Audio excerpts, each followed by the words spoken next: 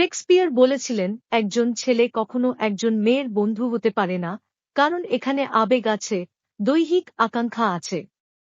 একই কথা বলেছেন আইরিশ কবি অস্কার ওয়াইল্ড। নারী এবং পুরুষের মাঝে কেবলই বন্ধুত্বের সম্পর্ক থাকা অসম্ভব। যা থাকতে পারে তা হল আকাঙ্ক্ষা, দুর্বলতা, ঘৃণা কিংবা ভালোবাসা। সত্যি বলতে, ছেলে ও মেয়েতে শুধুমাত্র বন্ধুত্ব অসম্ভব ও প্রকৃতি বিরুদ্ধ।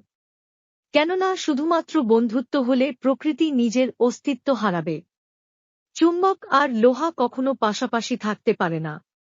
আকৃষ্ট করবেই। যদি কেউ তা এড়িয়ে যায় তবে সে ভণ্ডামি করছে, নয়তো ধোঁকা দিচ্ছে। আগুনের পাশে মোম গলবেই। ছেলে ও মেয়ে বন্ধুত্ব হতে পারে, কিন্তু একসময় প্রেমে বা অবৈধ সম্পর্কে রূপ নিবেই। আর এটাই স্বাভাবিক। হুমায়ুন আহমেদ বলেছিলেন, ছেলে আর মেয়ে বন্ধু হতে পারে, কিন্তু তারা অবশ্যই প্রেমে পড়বে। হয়তো খুবই অল্প সময়ের জন্য, অথবা ভুল সময়ে, কিংবা খুবই দেরিতে, আর না হয় সব সময়ের জন্য।